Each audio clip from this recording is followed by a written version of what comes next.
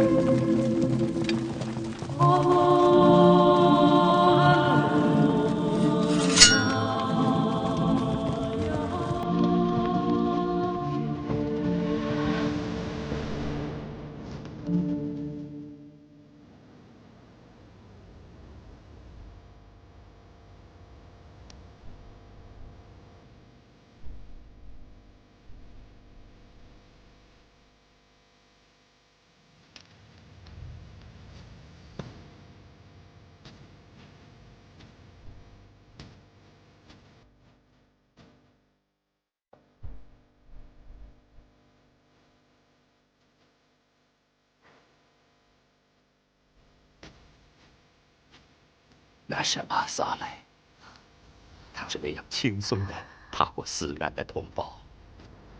他终于懂得了阿爸说过的，倒下的是你的亲人、父老、兄弟。路在他的脚下延伸，长生天不知是在歌唱，还是在流泪。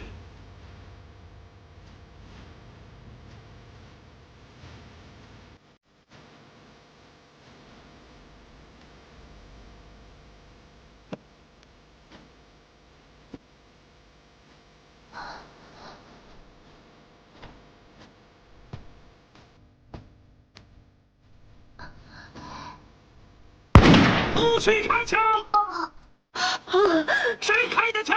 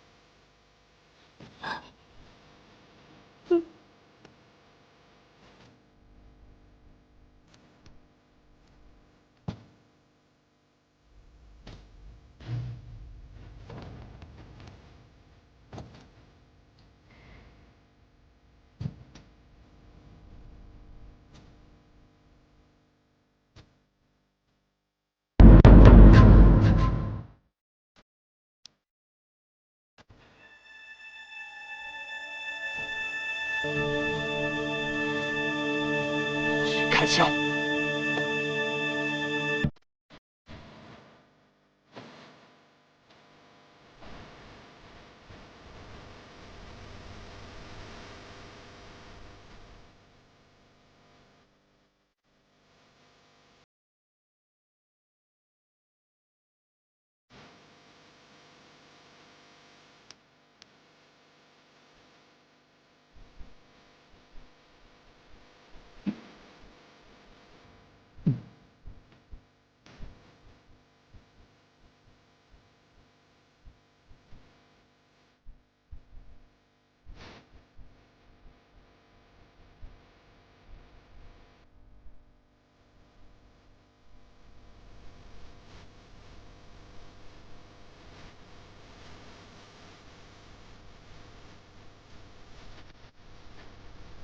快，让开大道，让女方陛下的教子阿萨列过去。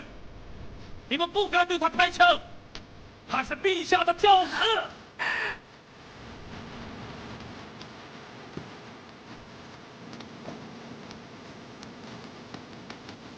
儿子，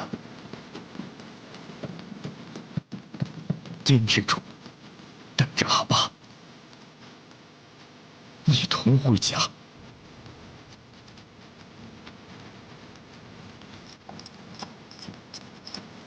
薄将军，你为什么？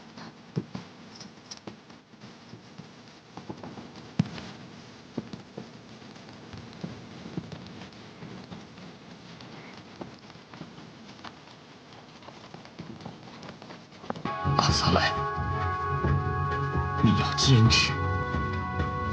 我们到家了，再没有枪声了。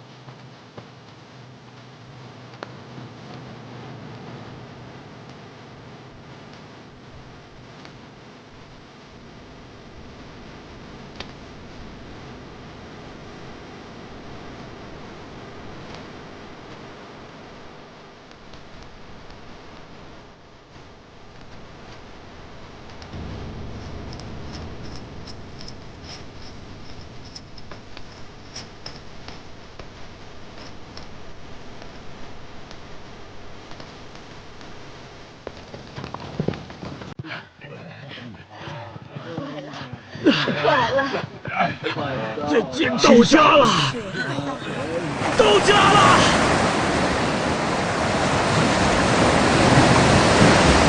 到家了，到家了，到家了！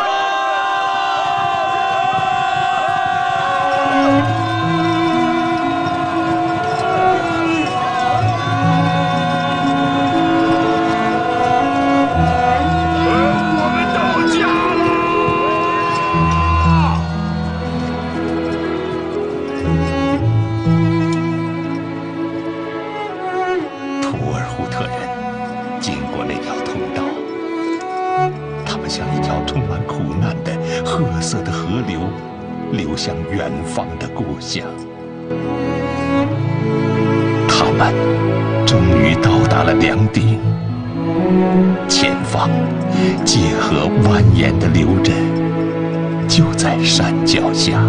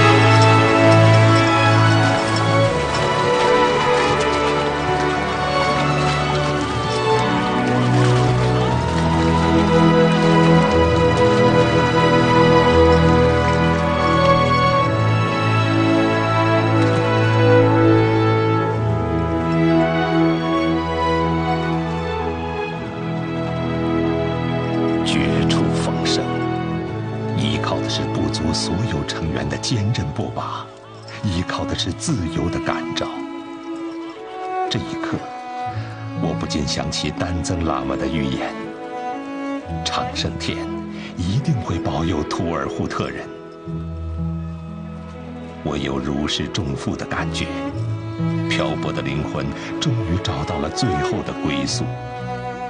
阳光、清风、故乡的草原，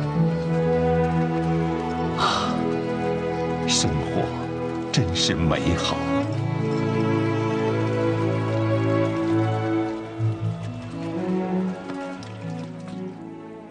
安好，韩王。安好，宗近。我给您熬茶。啊，不用了。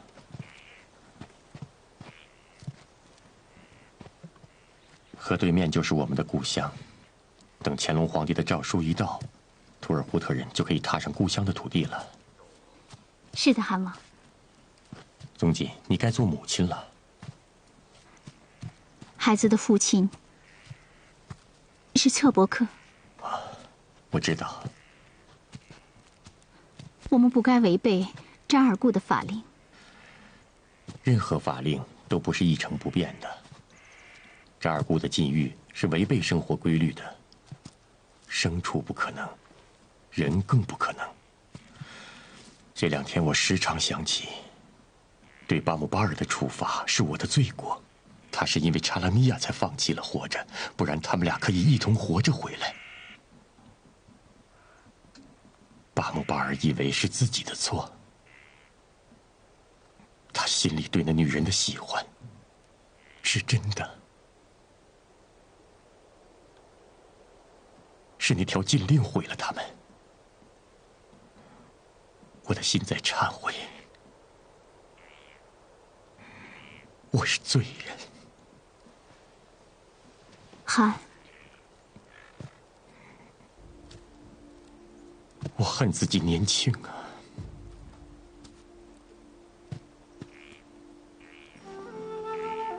韩，在死亡沼泽，侧伯克提出要娶我，我答应了他。不知道娜塔莉亚·尼古拉耶夫娜是不是还活着？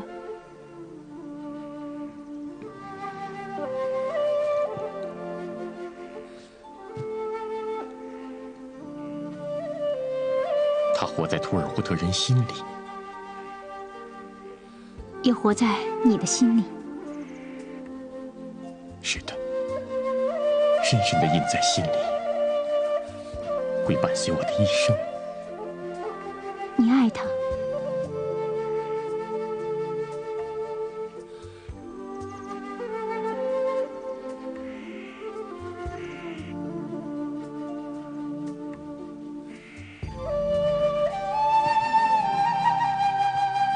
宗近，祝福你。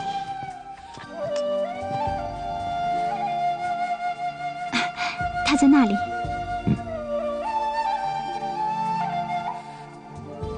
祝福你，侧伯克。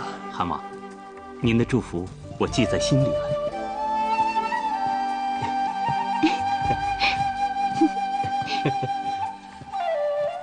是的，我爱他。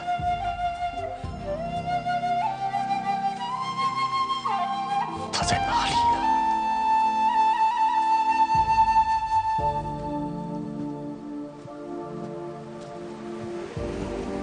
我想知道，你们要把我送到哪里？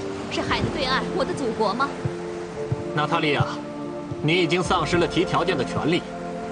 我相信女皇已经给你准备好了奖驾。背叛俄罗斯，接受这样的惩罚一点也不过分。我不是俄罗斯人，不存在对你们的背叛。你不是俄罗斯人，可是这丝毫不影响对你的判决。难道你还能活着见到女皇吗？对此我并不感到惊讶，我已经做好了准备。当然，你的国王哥哥又会为你写出感人的长诗，告慰你的国人。救国王和囚徒，他当然更愿意选择前者。他早已不是一个自由的国王了。好啊，我现在想知道的是，你喜欢沃巴西吗？是的，我爱这个英雄的部落，我爱他，我爱沃巴西。你的行为将迫使你的哥哥把自己的后半生寄放在囚室里。至于你吗，已经失去了活着的权利。现在你就带着你的梦想上船吧。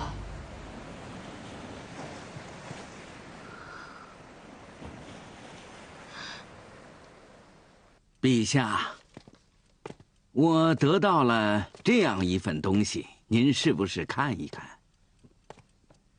我来读一读。哼，你们听到大车的吱嘎声了吗？今夜在淡薄的星空中，图尔扈特3万丈离开了萨马尔，向着吉尔吉斯辅导身体前进。为了摆脱官吏的奴役，为了不再像雏鸟那样在异域的土地上宰割煎熬，他们像死板的龟群，向着自己的蒙古鱼贯前进。这首诗广为流传，作者是年轻人，写得很美，是吗？哦，我从来就没有欣赏过他。可是您根本无法否认他的才华。康斯坦丁，这是清朝政府的诏会。是的，陛下。依照陛下的懿旨，我们开始时要求他们的皇帝全部遣返那些逃亡者。根据国际惯例，我想这是不会有用的。他们的乾隆皇帝，那是一个好大喜功的人。我想的是，或许可以用战争相威胁，能让他们明智一些。我们正是这样做的。可是，陛下，他是怎么说的？陛下是这样的。清朝大皇帝诏会大沃罗斯沙皇陛下如此等等，关键是以下内容：图尔扈特本属我华夏子民，故菲尔乌罗斯所属，东归故土是民心所向，诚天经地义之事耳。为今之计，或以兵伐，或守和好。我天朝为视尔等自取，若尔等因此细故而背弃前盟，我天朝亦必全力奉陪。就是这些，陛下。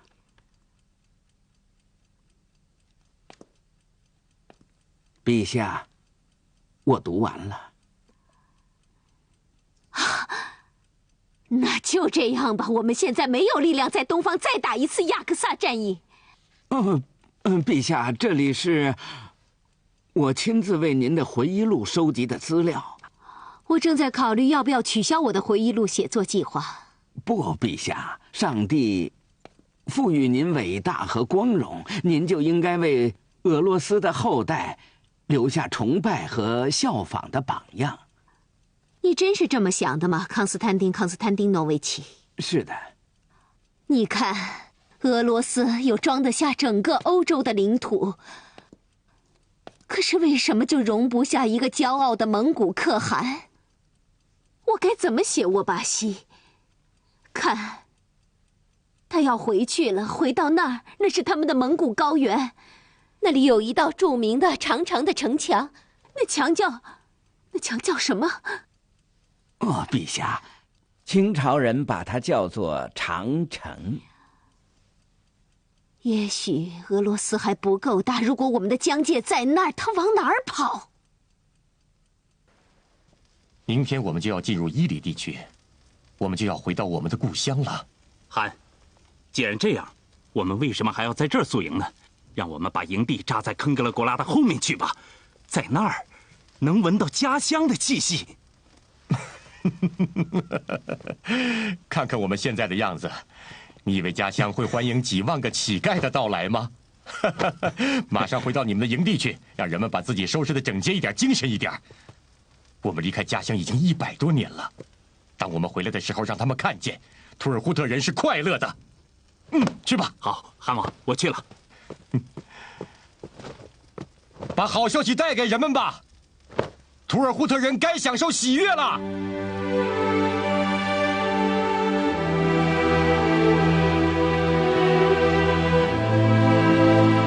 总监，还在守啊？安好，策伯克。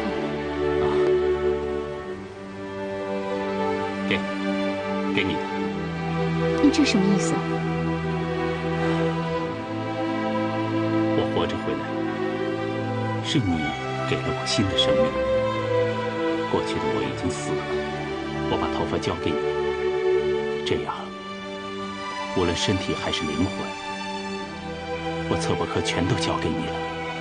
我是你的人。这是你给我的信物吗？对，就是信物。啊，韩王来了。策伯克，总监。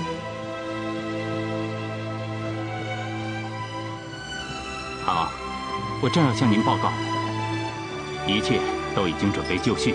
贵族们在自己的位置上吗？对，他们都已经就位了。韩王，那我先回去了。你去吧。总监，我等你。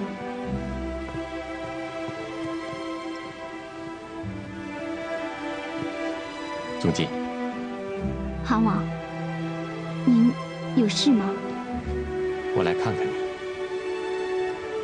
您瞧，采集到的头发已经装满了几车。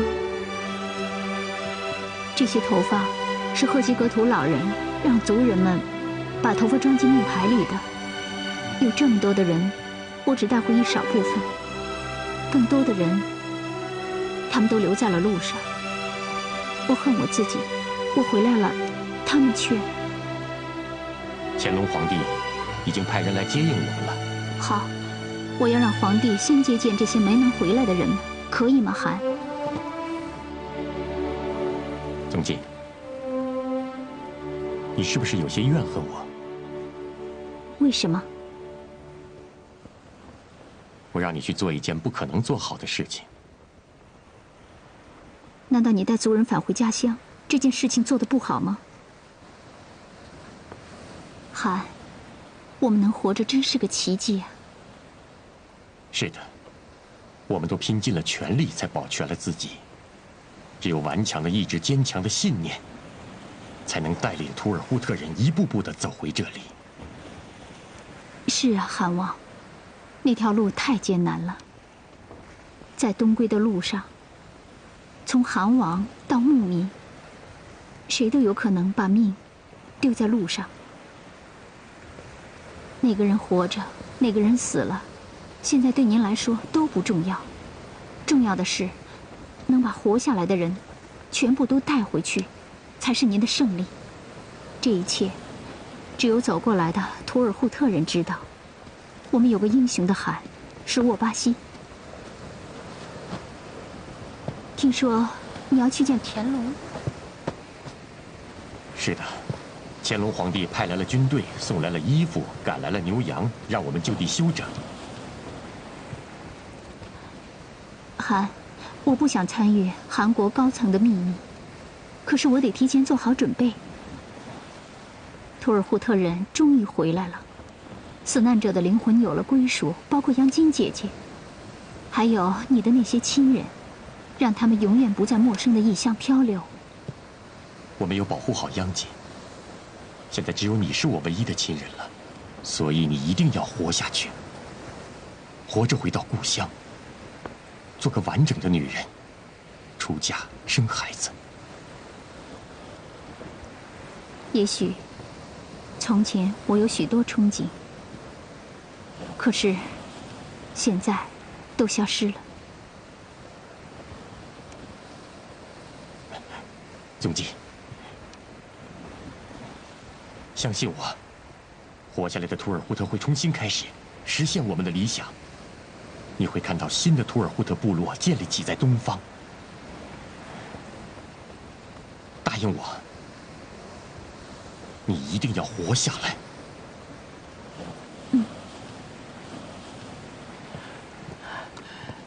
韩王，有一个情况，我要告诉你。现在呢，百姓们都准备好了，只是舍楞太极他走了，怎么办呢？他为什么不告诉我？难道我真的这么无足轻重，可以不被人们放在眼里？啊，我以为他走之前一定要和你打个招呼，没想到他就这么悄悄地走了。他在担心什么呢？我想他还是对我们不放心，不相信我们会向皇帝做出请求。我一定要奏请乾隆皇帝，赦免他过去的罪行。舍楞台吉是自己走的，他把族人都留下了，请您关照。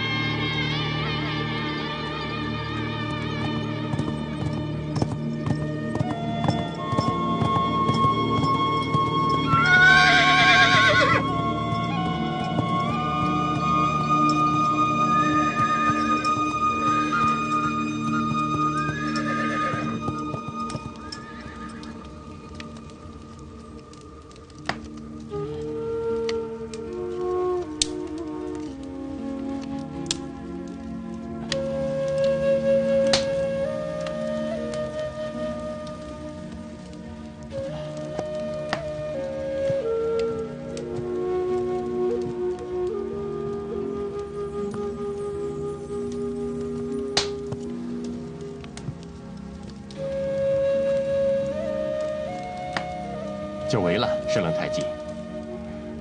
我知道你会找到我的。你忘了吗？你说过草原像天空一样没有边际，但我们还是走在了一起。我心中的那片草原，我早已忘记了，是长生天引领我来这里。我也不想再往前走了，更不想当什么将军。至少在这里，我已经找到了归宿。这不是你的心里话。我不相信你能忘记自己一直是一个值得骄傲的蒙古族牧人，而甘愿放下手中的马鞭，去握着一只陌生冰冷的鱼叉讨鱼为生。韩，你笑我不再吃肉，改吃鱼了。这是迫不得已的改变，是命运的安排。我不怕死，我怕死得不明不白。我何尝不想回到故乡呢？你回去吧，我心已定，这是我的选择。我们一起走，这是我们的誓言，也是全部你的族人和图尔扈特人的梦想。回不去从前，到不了以后。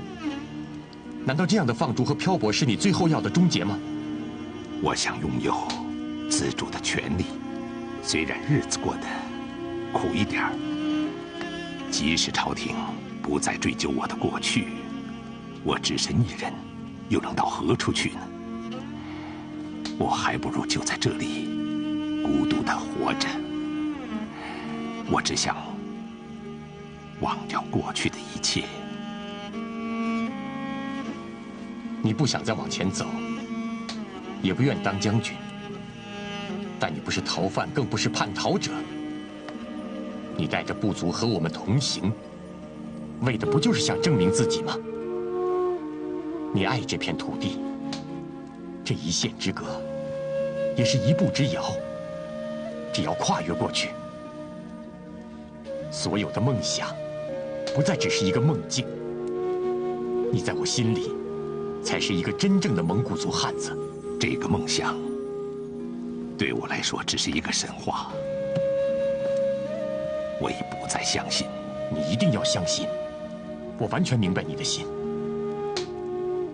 人生就是这样，你发过的誓言，有过的梦想，有的你愿意终生信守，有的还没说出口，你就已经知道那是句骗人的空话。东归之路，无路可走。从一无所有、遥遥无期到现在，是我们一步一个脚印，一路走来，终于走出了绝境。这是我们一起走出来的路啊！我心中所认定的，是你我坚不可破的情谊。我不会背弃我们的梦想。如果没有你，这一切都将成空。我巴西，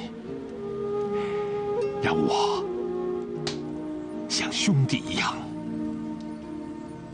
喊你的名字吧。你的话勾起了我所有伤心的往事，我的不安和恐惧一次又一次的让我想起那片充满泪水的土地，我挚爱的家。我期待，但我害怕受到伤害。原谅我，原谅我的迟疑和懦弱吧，我巴西罕。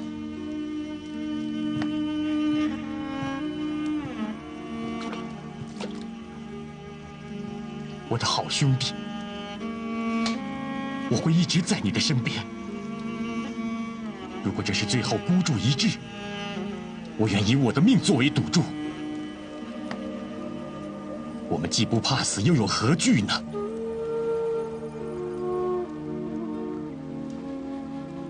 随我回家吧，我挚爱的舍冷兄弟。你应该站在故乡的土地上，对家乡的父老们说：“你舍冷将军又回来了。”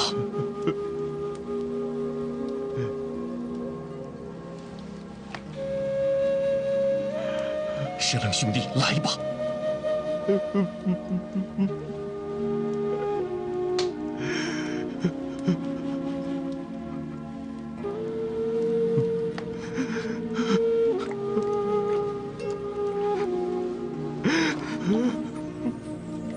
哭吧。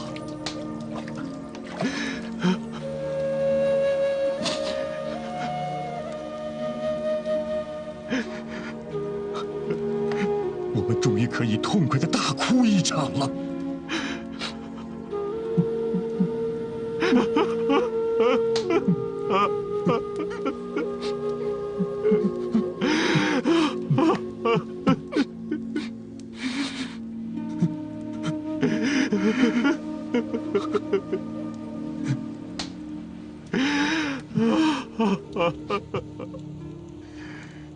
可是你知道，我几乎已经忘了它是什么滋味了。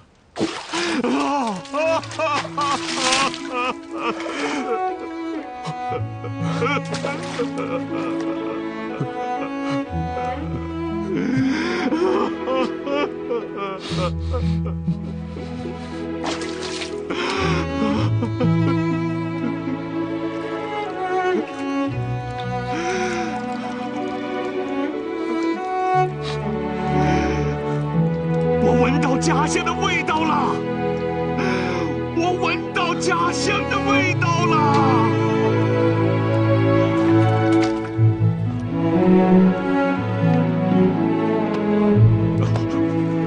我的好兄弟，我们一起喝一杯马奶酒，吃上大口的肥羊肉。我要躺在那片葱郁的草原上，我的魂魄永远栖息在那里，死而无憾。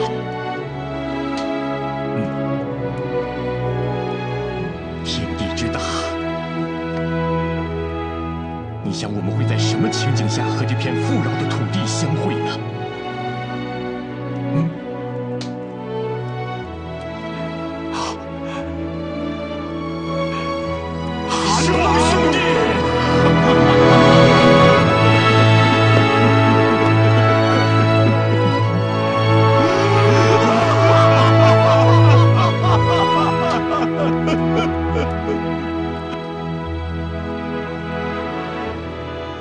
？1771年7月，在经过为期7个月、行程1万多里的长途跋涉与征战之后，图尔扈特人终于回到了祖国。而从伏尔加河出发时的17万人，已经只剩下7万。不久，就读到了乾隆皇帝下的赦书。尔等数万之众，不慕异教，眷念佛法，秉承正恩，祈求前来。朕见于尔等不慕异教，眷念佛法而来者，殊为可嘉，明鉴识人。我不太弄得懂满人说的汉话。